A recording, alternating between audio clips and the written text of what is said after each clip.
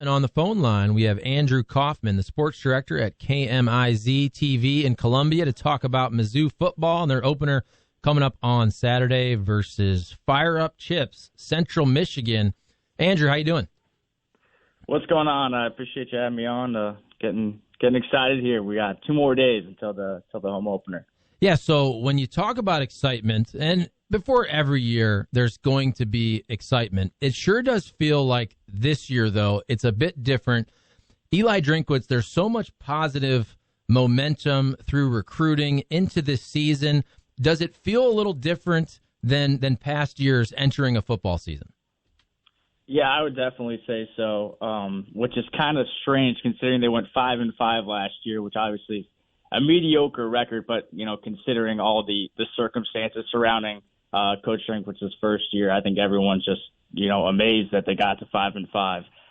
So definitely a lot of momentum. You mentioned the recruiting in St. Louis specifically.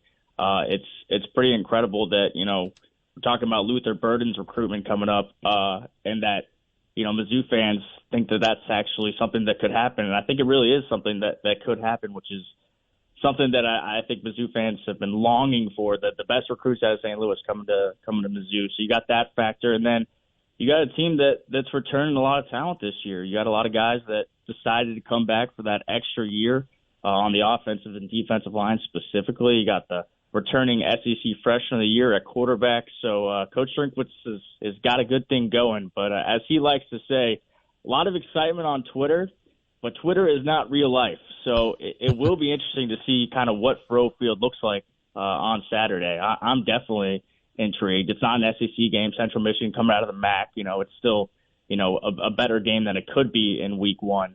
But what's Faurot Field going to look like? Are those season ticket sales, kind of what we think they're going to be? It's going to be interesting. Full capacity crowd is allowed. So, we'll see. I saw you put on Twitter that you asked Eli Drinkwitz specifically about that, about the fans, and it seems like he's really going on a crusade here the last couple weeks to basically flat out ask and tell Mizzou fans, hey, you got to come out now. We're doing everything we can.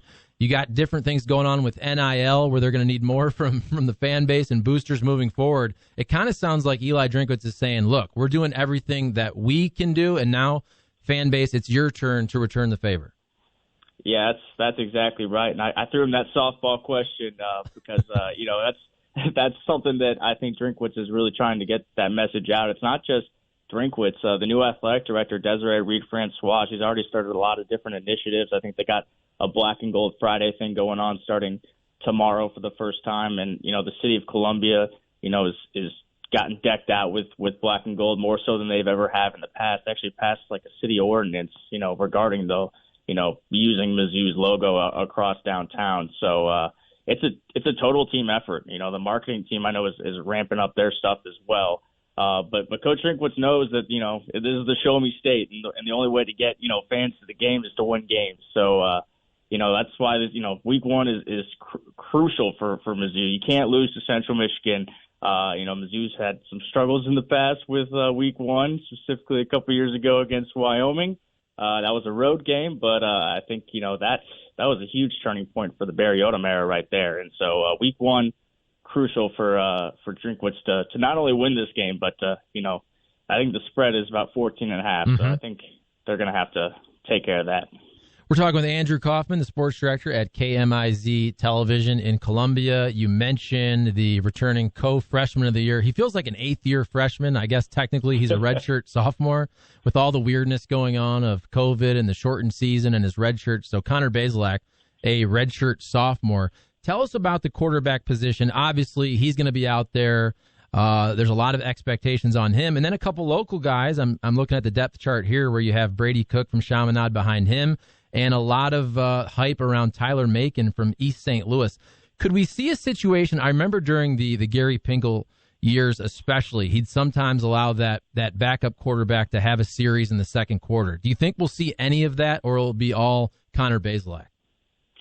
I would expect it to be all Connor Bazelak, unless, there's an injury, of course, or things are really going south in a hurry. But I would expect Connor Bazelak to be the guy. That's what Coach Drinkwitz has said all off season long. But with that said, it was kind of interesting when I asked Coach Drinkwitz about, the growth of Connor over the course of this off season. And, he mentioned how, he's getting all this praise. Like he was asking himself, hopefully he's not drinking too much of the Kool-Aid that we've been handing out in the media about, him being the SEC Freshman of the Year. You got to keep in mind, Basil, the last two games of the last season weren't very good. Against Georgia and Mississippi State, threw 4 interceptions in those 2 games. So he's still good enough to get the SEC Freshman of the Year. He had some big games. Of course, everyone remembers the LSU game where he was lights out, and same with the Arkansas game when he led that game when he drive. Ended up being a game-winning field goal. But he's got some talent behind him, that's for sure. Brady Cook and Tyler Macon, I think, are both really, really good quarterbacks. Brady Cook specifically, because he's been here a little bit longer. I think Tyler in the long run could be the answer, but Brady is the backup right now. So we'll see how Connor handles the pressure. He's going to be in front of a crowd for the first time as well. And Drinkwitz mentioned that more than the 25% crowd. So how is he going to handle that? He's a really quiet guy. So is he going to be able to, lead by example out there? And, he said in the offseason that, he's gotten a lot more vocal, but I guess we'll kind of find out. And I think another thing Mizzou fans simply want to see is, can he throw the deep ball? That's something that he's been working on this offseason as well. So will be interesting, but it's Connor's job right now. But it's college football, so week by week. And how about pass catchers who could be catching those deep balls from Connor Bazelak? A bunch of local guys as well. I know there's some injury issues with some of these guys, but you're looking at Mookie Cooper, the St. Louis guy, the Ohio State transfer, Jay Macklin from Kirkwood, Dominic Lovett from East St. Louis. Are some of these guys going to be seeing a lot of playing time, a lot of snaps here early? Well, we're going to get an injury report. We're supposed to get it sometime today, an official injury report, which I think everyone in the media is pretty excited about, that we're going to get something official from Mizzou here. But Mookie Cooper is dealing with a lower leg injury. That's all we've gotten from Mizzou. He's been dealing with it for a couple weeks. He did practice on Tuesday when I was out there. I got video of him. I got to see it firsthand, what was going on. And he wasn't involved in every single drill, but he was involved in some drills. Now, keep in mind, we're only there for about 30 to 45 minutes of practice. We're not there for the live scrimmaging aspect of practice, so I can't tell you whether or not he was involved in that. But he was out there with pads on. And same could not be said about Jay Macklin. Jay Macklin was not out there. So Coach Drinkwitz has already said Jay's going to be out for this game, but Mookie Cooper is questionable. And but Coach Drinkwitz said if he practices on Thursday, then he's going to play in the game. So we'll see if he practices today. I think Mizzou fans are really excited about him. Just brings an entirely different facet to the offense with his speed, and I know they want to run the jet sweep with him as well. So we'll see him at wideout and at running back, which will be pretty exciting. Dominic Lovett, I would say for sure is gonna play on Saturday. He's up there on the depth chart, and he's been impressive when I've got a chance to see him both in spring ball and in this fall camp as well. So a lot of promise from those St. Louis guys. We're talking with Andrew Kauffman, sports director at KMIZ TV in Columbia on the Charlie Marlowe Show, 590 The Fan, 590thefan.com, previewing Mizzou and Central Michigan coming up here on Saturday.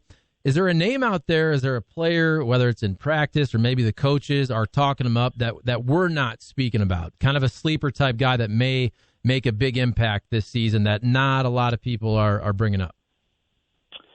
Well, on the offensive end, I would say wide receiver Toski Dove is a name that we've heard a lot. Starting at SEC Media Days, Case Cook was there, the offensive lineman. We asked him who's someone, asked him the same question. He brought up Toski's name. He's a wide receiver that, if you remember, had a big game against LSU last year. And in that game, a lot of the starting wide receivers were out with COVID. So Toski was able to come in and kind of perform. And in the offseason, he's clearly done enough to get the starting job at wide receiver.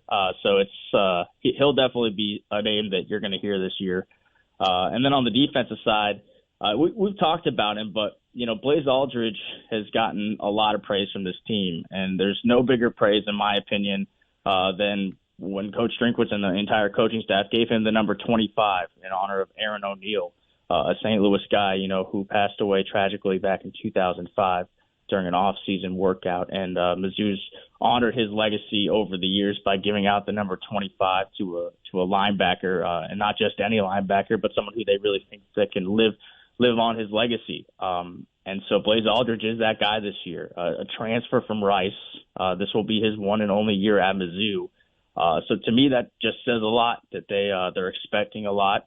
And he's clearly a leader on the team if he's able to get, that kind of recognition. So he's got to replace Nick Bolton this year, who might be getting a lot of playing time for the Kansas City Chiefs. So he's got big shoes to fill with Nick Bolton, and also even more so wearing the number 25 for Aaron O'Neal. So those are two guys that I'd say to look out for.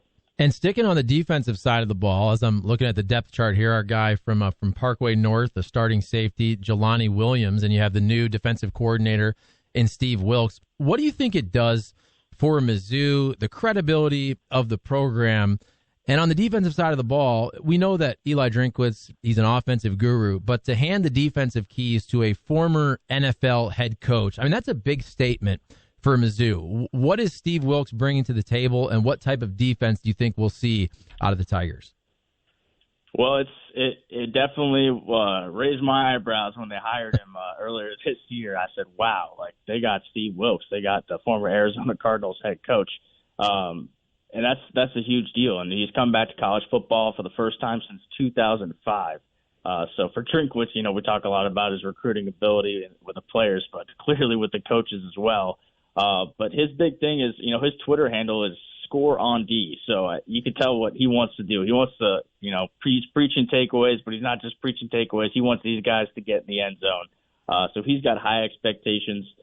He's a guy who's going to put a four-man front out there. We hear a lot about the nickel defense. There's going to be a lot of zone coverage in secondary, and the reason for that. So hopefully the guys can keep their eyes on the ball and make more turnovers, get more turnovers. Versus Ryan Walters was more of a press man type of guy, and so it's kind of a complete opposite from what Ryan Walters, the former Mizzou defensive coordinator, who's now at Illinois, is doing. So it's going to be a revamped defense. Turnovers are something that Mizzou has really struggled with the last couple of years. So hopefully, for Mizzou's sake, that'll turn around with Wilkes. But it's week one. Like I said, guy hasn't coached in college since 2005. It's kind of a mystery. And even Coach Drinkwitz said that, you never really know what's going to happen week one. So we'll see how it looks on Saturday. And Andrew, you mentioned the new athletics director, Desiree Reed-Francois. What are your early impressions of her? I watched the press conference, and you mentioned they're going to be doing some different things outside of the stadium in Columbia with the Black and Gold Fridays and all that. So what's your first impressions of the new AD? I've been really impressed so far. Just listening to her speak, you could tell that she knows what she's talking about, and I think Mizzou, had eyed her down for a while. I think Dr. Moon Choi, the U of system president and chancellor, he knew who he wanted, and this was a targeted hire by him. And she's younger, much younger than Jim Sturk. Still with plenty of experience though, coming from UNLV. Leading UNLV as their athletic director. So she's kind of exactly what he was looking for. And, so far, so good. She's left she's gotten a good hand, I would say, from Jim Sturk leaving Mizzou, I think in a much better place than it was when Jim Sturk got it. And so now it's really, taken off from here. She's preaching SEC championships. They got the new indoor facility that's going to be coming up with the football team, and we'll see what they continue to do with development. But for her, I think the main focus is fundraising and getting as much money into the athletic department as they possibly can as we enter this new era of college athletics with name, image, and likeness and all the sorts, and conference realignment. So it's she's got a tough test, but I definitely think she's up for the job. And on a personal level, she reached out to me like after the news conference and, shook my hand and said hello, which for me personally, that meant a lot because I'm a nobody. I'm just, oh, stop that at ABC 17. And so that meant a lot that, and that shows me that she's not just, she's a regular person that wants to meet people and make, connections with everyone, no matter who they are, even if they're just little old Andrew. Andrew Kauffman, he's not a nobody. He's joining us here on 590 The Fan, the sports director at KMIZ in Columbia. Final question for you, Andrew. It's a two-parter. You did mention this. Our fine sponsor, mybookie.ag, they are laying the line at Mizzou minus 14.5 for this Saturday game against Central Michigan. So I'll just ask it like this. I mean, is Mizzou are they gonna blow out Central Michigan? Are they gonna cover that 14.5? And then my second part of the question is, you got to give us a record. You got to give us a record prediction for the 2021 Mizzou Tigers. So you can't hold me to any of these. I won't. I promise. Doing their own stuff on their own terms, but I would say Mizzou is going to cover the 14.5. Central Michigan, they haven't named a starting quarterback. Jim McElwain is maybe not going to be on the sidelines. He just had an emergency appendectomy yesterday, which I guess he could technically coach on Saturday, but I'm not a doctor. I have no idea. I'm not sure how that goes, but I've heard people can come back from that pretty quick. I've heard sometimes it takes a long time. So we'll see if he's on the sideline or not. But on Monday during his news conference, he said that they're going to play 4 to 5 running backs. To me, that seems kind of concerning that they don't have, a main guy. They're running a lot of Wildcat. They were 3-3 last year. I'm just not so sure about Central Michigan. Then again, I wasn't so sure about Wyoming in 2019, and so we all saw how that happened. But, just looking from the outside, I don't know a ton about Central Michigan, but I feel like Mizzou's got a pretty good chance to cover that. As for a record this year, I'm going to go 7-5. I feel like it's, pretty safe. It's Mizzou, and, they're always going to have that one loss. I feel like they're always going to have that one loss, that one or two losses where they're supposed to win that they end up losing. I will say that, I think Drinkwitz maybe can change that, but it is still Mizzou, and I've been here long enough to know that there's always going to be those 1 or 2 games. So I'll go 7-5. I'll say the losses are to Kentucky, Tennessee, A&M, Georgia, and we'll go Florida as well. So, but, it's college football. Anything can happen. But for Drinkwitz, if he got to 7-5, I'd say he'd probably be pretty happy. Absolutely. Well, thank you for your time, sir. You'll be joining us now every Thursday talking Mizzou football. We thank you for that, and have a good time covering this game coming up, Andrew. Appreciate it. Absolutely. Thanks for having me, Charlie. All right, that's Andrew Kauffman, sports director at KMIZ in Columbia out there. And I'm looking at the schedule, Jim, here. So, Andrew, we're not going to hold him to it. He does like the cover on Saturday, 14.5. I don't mind that. And I was thinking also 7-5. And as Andrew brings up the fact that it does seem like most years Mizzou has the one game they lose they're not supposed to, but also give them credit because they usually win a game that you don't think they will. So they may get to the 7-5 or 8-4, whatever you think, a different way. But a lot of these years, I feel like there's the bad loss, but there's also the unexpected win.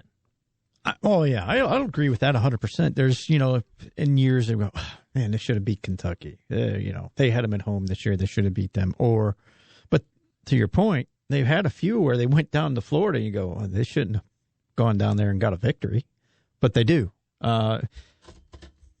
It's the SEC. Really, we say this, it's cliche, but there is some truth in you can get beat from just about anybody on any given week if you're not sharp. I mean, there really is, unless you're the Alabama. That's a different story.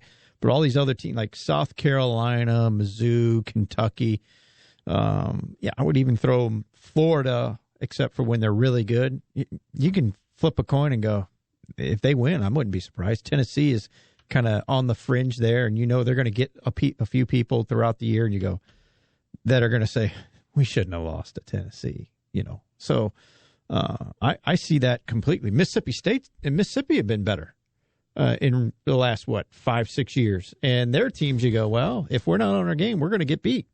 We should beat them. But I think there's a lot of truth in what you just said. They're going to have that this year. And that's where, when you look at the schedule, unless something crazy happens, I would be very surprised if Mizzou wins less than 6 games. So when you look at the schedule, so I think I agree with 7-5. I could see 8-4.